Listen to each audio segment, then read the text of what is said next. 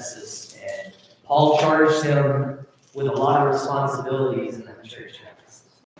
And then as you move to 2 Timothy, you see that Paul really giving him kind of his last words of encouragement and building him up as Timothy was continuing to do his work, and Paul was nearing the end of his. So what Howie suggests after we finish this study today, you go back and reference 1 Timothy, 2 Timothy, read them for yourselves if you have time this week, and kind of put a bow on our thoughts here. I think that would be a good way to do that as you go through the next week.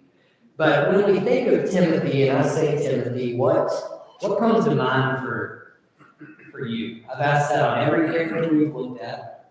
Always interested to get the feedback and hear the comments from you on that. So when I say Timothy, what word pops in your mind?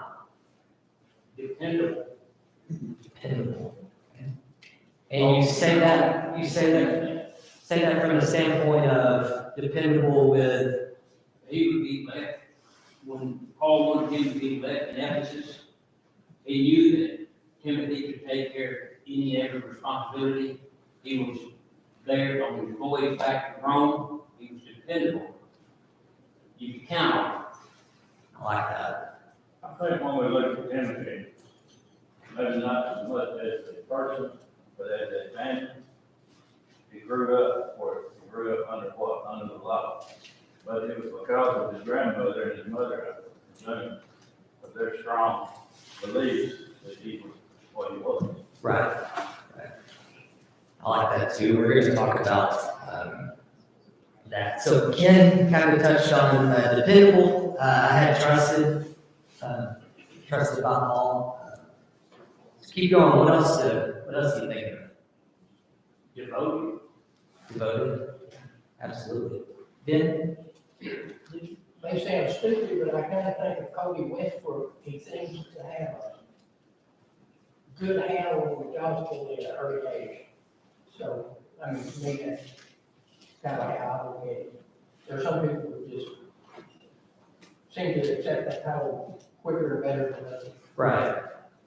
Oh, that's a good example. He referenced Cody Westbrook. You remember Cody, age of 13, 14? Sounded like a seasoned preacher. Just a lot of talent and a big zeal for the gospel. So that's good. So you could say youth matured beyond his years, perhaps? Somebody else had a comment before we did. Okay. What about respected? I think as we read through this, you're going to notice he was somebody that was well spoken of. And I'm going to stress this morning as we study Timothy. This is going to be really what we focus on the most is reputation. I think that's something that I drew a lot out when I studied Timothy is the reputation. So he was respected, well spoken of. He was Greek, also Jewish, so he was kind of, he's half and half when you look at his lineage. I think that's important to note as well. So yeah, those are all good. I like dependable. I think that starts us off on the track of you start to look at good qualities we can draw from these people and make application. What better could be said of a Christian than dependable, right? Yeah. That's what the law looks for. It is. You want someone you can trust, right? You want someone that you know if you give an assignment to, they're going to get the job done, they're going to do it well. So I think you can definitely see that Paul had that trust in Timothy, and with Paul and his the work that he was responsible for, he needed people like that he could set in place and know that they were going to carry out the work according to the truth. So that's great. Let's turn to Acts chapter 16 to kind of start us off with some of our text. We're going to be in Acts chapter 16, verse 1. Acts 16, verse 1, we're going to read through verse 5.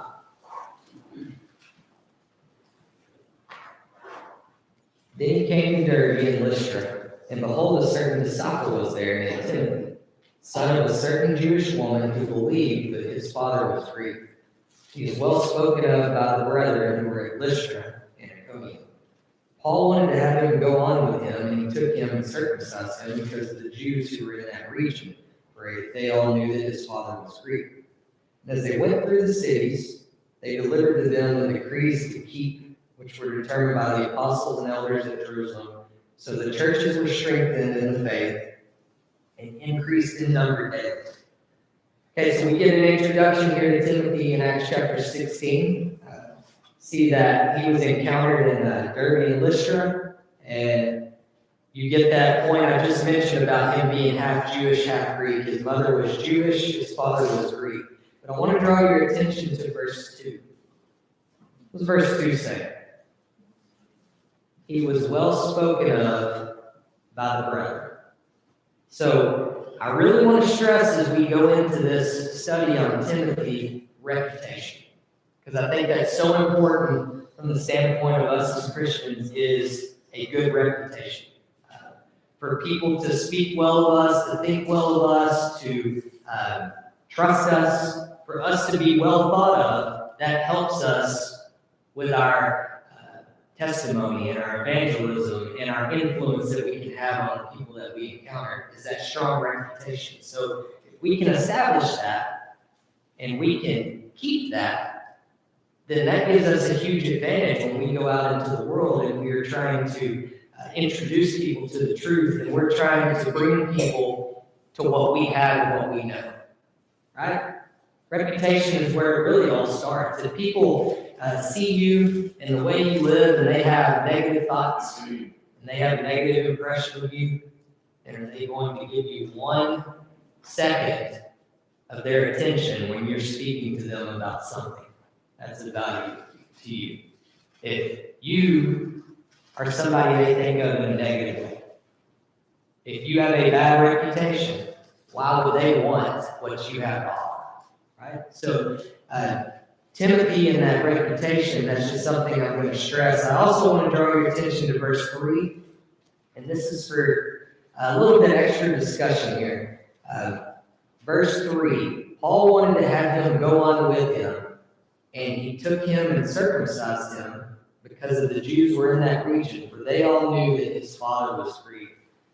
What do y'all think about this verse? I thought about this when Lance was teaching in Galatians on Wednesday night.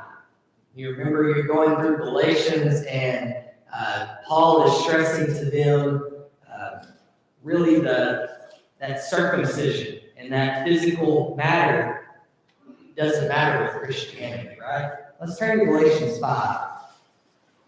I just want to draw this out, give us a little bit of discussion to wake us up this morning, kind of get your thoughts and feedback on this. Galatians 5, 1 through 6. Thought about it as Lance was going through this text, but I didn't ever bring it up or comment on it. But the text with Timothy came to mind of this. So Galatians 5, 1 through 6. Stand fast, therefore, in the liberty by which Christ has made us free, and do not be entangled again with the yoke of bondage. Indeed, I will say to you that if you become circumcised, Christ will profit you nothing. And I testify again to every man who becomes circumcised that he is a debtor to keep the whole law. You have become estranged from Christ, you who attempt to be justified by law, you have fallen from grace. For we, through the Spirit, eagerly wait for the hope of righteousness by faith. For in Christ Jesus, neither circumcision nor uncircumcision avails anything, but faith working through love. So now I come over to the text in Acts. It says, Paul took Timothy and circumcised him because of the Jews who were in that region. So what are your thoughts on this? Because we see in Galatians and we see throughout that circumcision no longer matters with Christianity, right? I just want to get your feedback, kind of start the conversation. Dylan? To me, it makes no sense because we're following right behind the Jerusalem Council, and they brought that up, you know, and so unless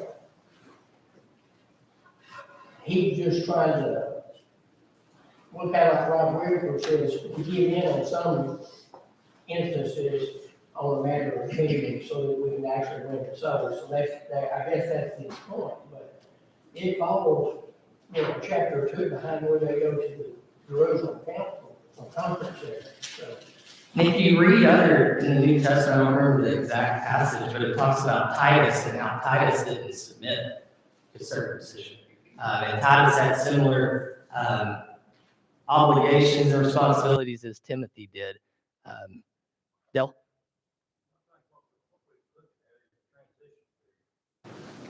I mean, that's what, it depends on what you're adding to your. Right. And so there's a reason for Paul doing it, or he wouldn't have done it. Mm-hmm. So that was the transition period was, who are you dealing with? You're dealing with these people, but circumcision was something, I mean, that was like a crown on their head, Right. And so that separated them from the Gentiles. Right. So then we know, and later on, it's like we read a while ago, it doesn't matter. It doesn't matter. But at that time, it did. So I have a point for bringing this up, and we're building on it. So I do have a point for bringing this up.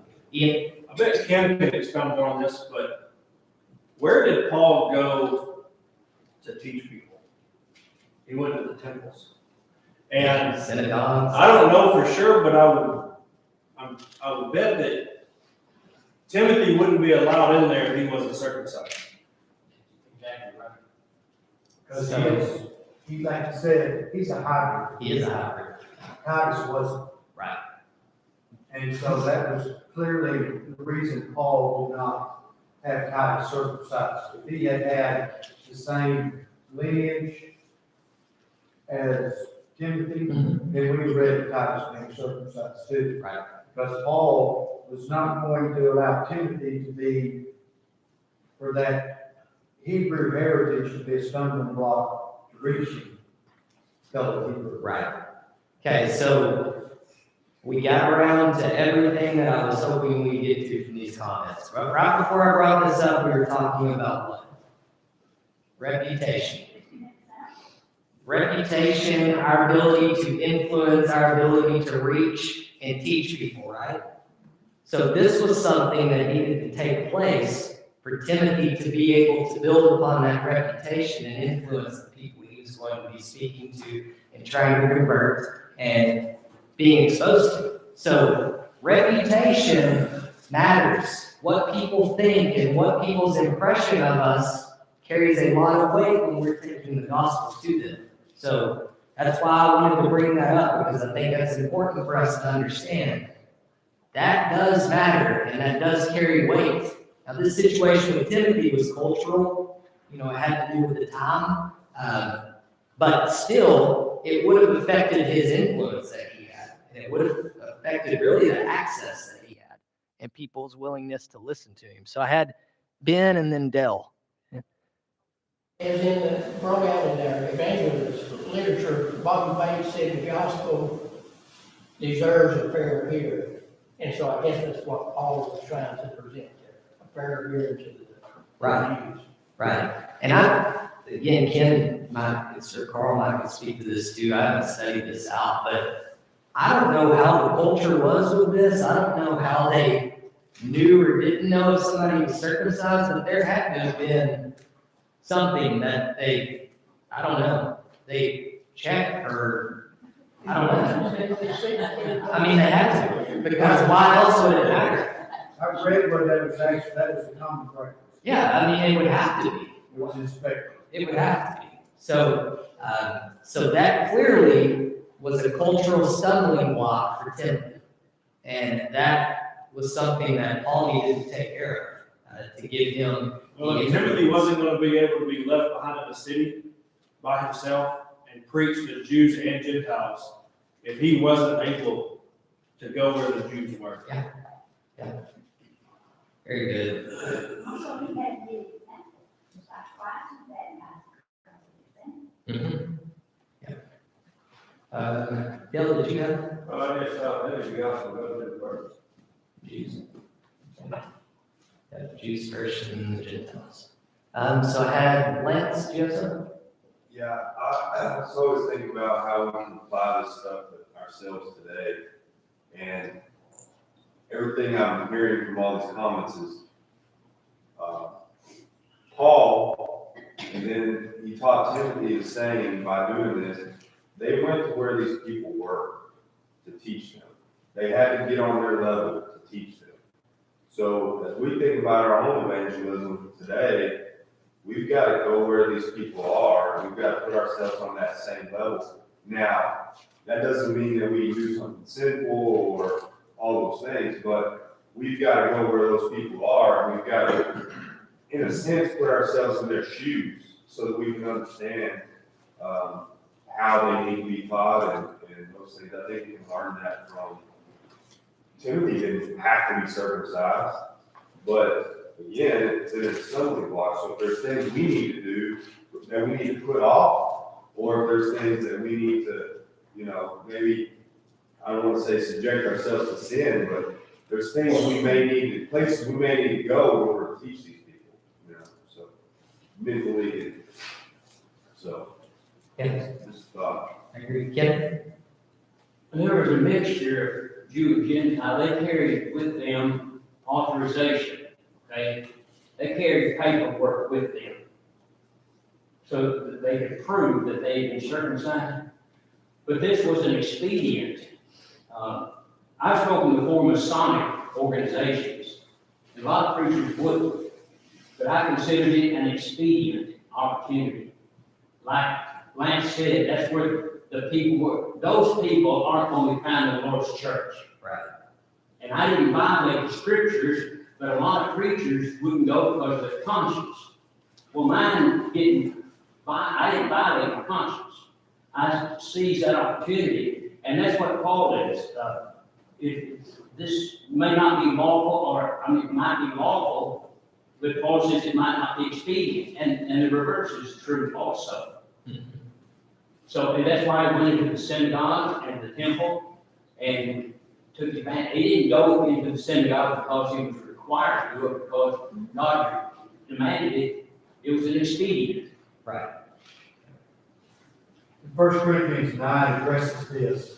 Paul picks this up and he says, I made myself a servant to all, that I might win the more. To the Jews, I became as a Jew. And then he goes down to those who are without law, Gentiles, as without law, not being without law before God. But he says now in verse 21, that I might win those who are without law. To the weak, I became as weak, to the strong, I became strong. I have become all things to all men, that I might indeed save. And I think this is the kicker. Some. Not going to say, Paul didn't save everybody that he spoke to. He didn't save everybody that he preached to. But he saved some. Now think, I think this is kind of a valid point to maybe explore. Think of the radical measure of circumcision for Timothy. Timothy was a grown man. And Paul had him circumcised. For what? Just so that would not be a stumbling block. That would not be an obstacle. And then I sit and I think, whatever my personal difficulties or whatever, I'm not willing to change that. Yeah. So that I might be able to share the gospel with somebody. Right. For me to be so set in me, and I'm not willing to give this up, to change this, to do away with this. I mean, you just think about what Timothy went through, and then what we will hold on to at all costs. Right. And I think that don't even compare. And that's, It's not too with me, is look at Paul. We're talking about Timothy, but look at Paul. What was his responsibility? Paul I get from Timothy that Paul was trying to get somebody younger to carry on. So then his responsibility was to see that the gospel was preached to as many people as he could. And so that in essence is why he showed what he showed Timothy, because who he was. But if one needed to do this, well, that was, I mean, looking at it from Paul's side, I think that was a immaterial kind of thing compared to the importance of preaching the gospel. And like Carl said, it wasn't, if it happened to be near you, it wouldn't be, it's like, it's minor surgery, depends on who's done. Right. But still, when you compare it to what their responsibility was, not just Paul, but the rest of the apostles too, they had a responsibility. Well, that responsibility, like Lance has brought up and all of us understand, is still here today. Still here today. Absolutely. Like you said a while ago, we don't want to, like Carl said, we don't want to lay some of those things down so we teach somebody. Yeah, it puts it in good perspective when you think of it like that, for sure. Ben? Corey, Paul came to the Greek as Greek, to the Jew as Jew, that he might save some.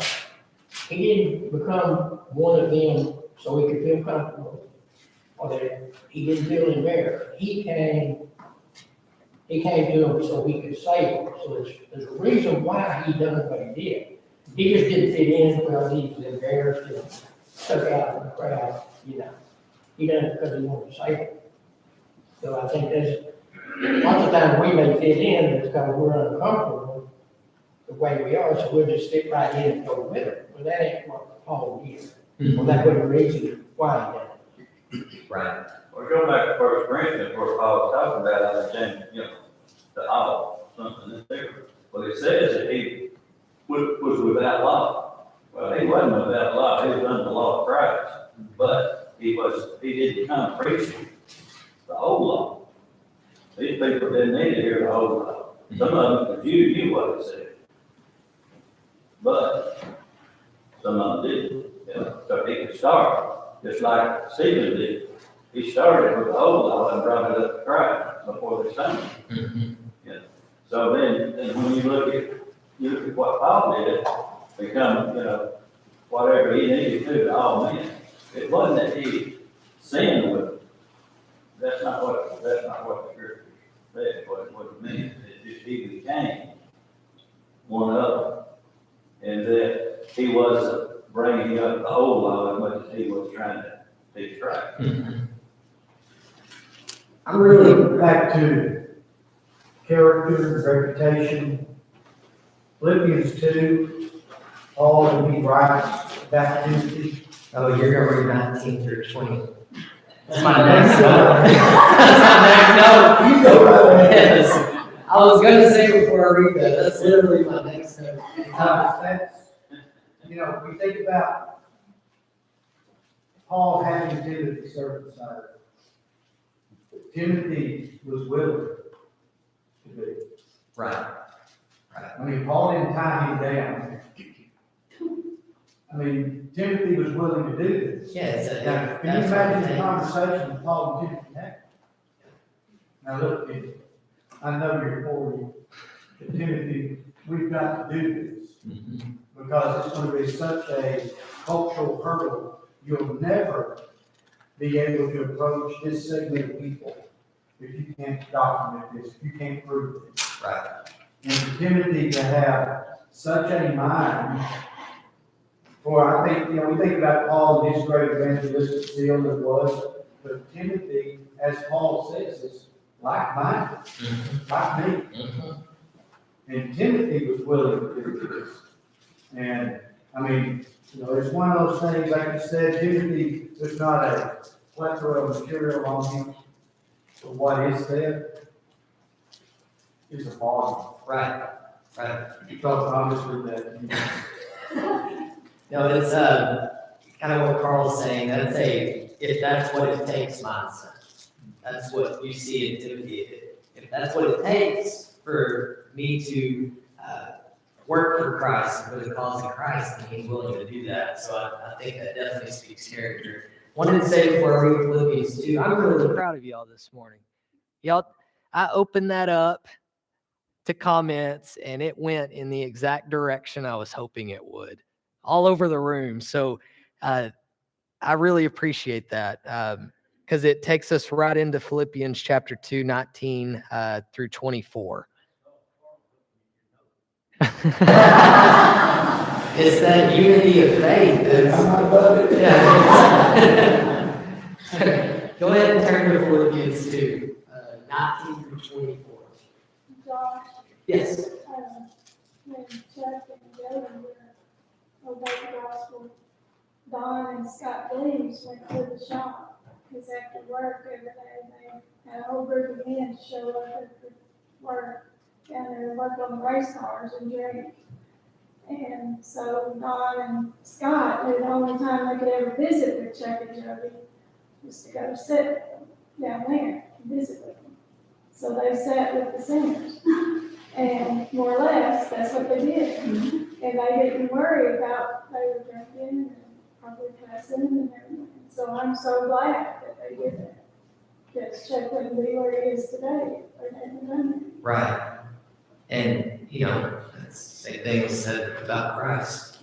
But what I really want to stress is we have a unique opportunity as Christians to, when we encounter people, we have a unique opportunity to give them something better than what they have, right? But we can mess that up with the first impression if we're not mindful of it. So I always keep in the back of my mind, especially when I started this new job, is, will they know I'm a Christian without me telling them? Right? When you encounter new people and you have a conversation with them and you spend a period of time with them, do they identify that this is a religiously minded person, that this is a Christian, without you bringing it up? That's our hope, right? Is that they know I'm a Christian without me ever having to mention it, that they already know it, it's established.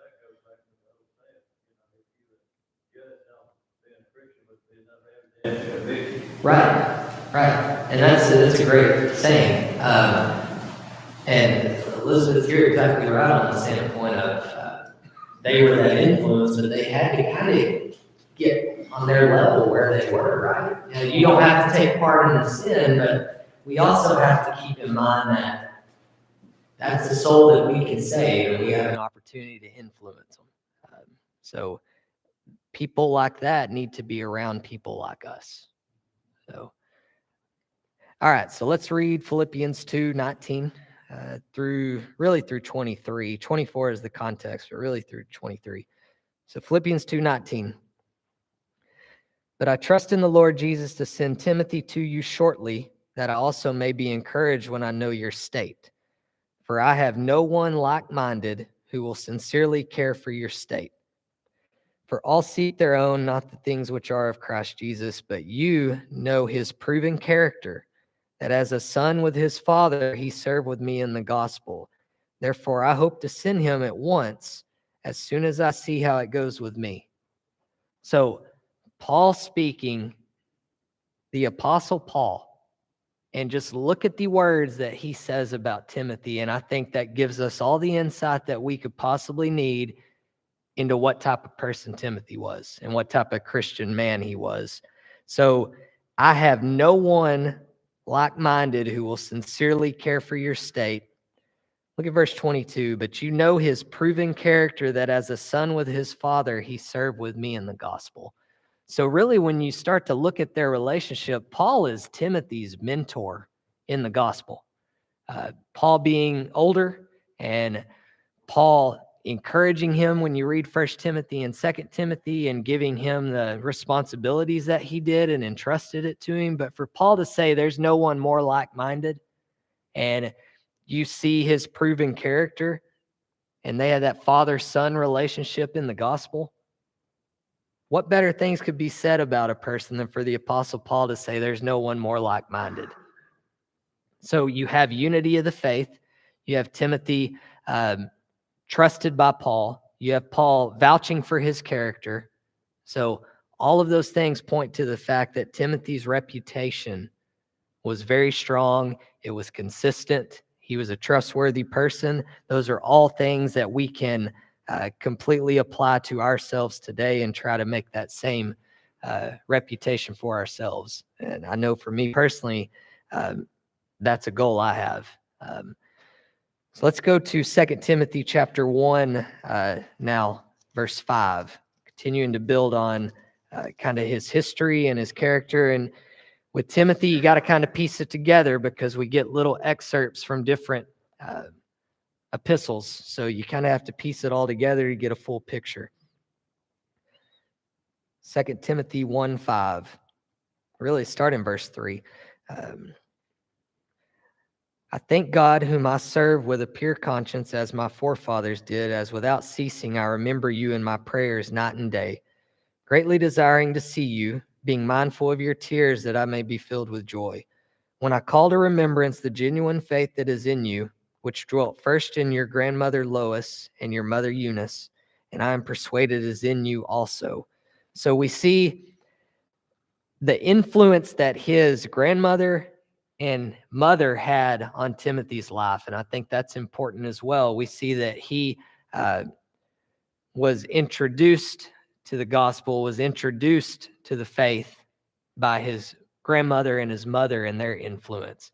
And Paul honors them for eternity through mentioning them in this epistle to Timothy. So pointing back to where Timothy really was exposed to the faith, and it came from his grandmother and mother and their influence on them. You correlate that with, turn over to chapter 3, verses 14 and 15. Chapter 3, 14 and 15. But you must continue in the things which you have learned and been assured of, knowing from whom you have learned them, and that from childhood you have known the Holy Scriptures, which are able to make you wise for salvation through faith which is in Christ Jesus. So again, from childhood, he had that influence at home. He had that influence from his grandmother and mother throughout his life to build his faith. So this, that his mother and his grandmother, there was some thought being that they recognized Christ. You see what I'm saying? Because most of you. yeah, I think you do. Yeah. I mean, at that time, yeah, he was brought through from all of it.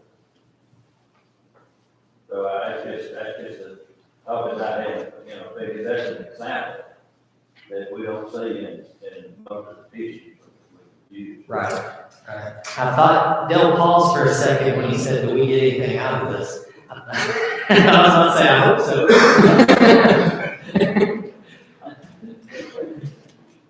But I think from my standpoint, I kind of look at this with Timothy, and this is something that I can associate myself with. I think that's one reason I always am drawn to Timothy, because that was the experience I had in my life with my parents and my great aunt, and exposing me to the truth through that. And I know a lot of us in the room can say that, but there's a lot of us in the room today as well that were exposed to the gospel by an influence, which is also what we're talking about, by someone that was able to influence you and expose you to the truth outside of your family, somebody that you encountered, or maybe even your spouse.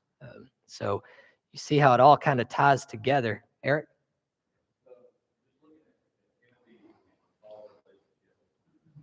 11:1, he says, "Be imitators of me, just as I am also of Christ."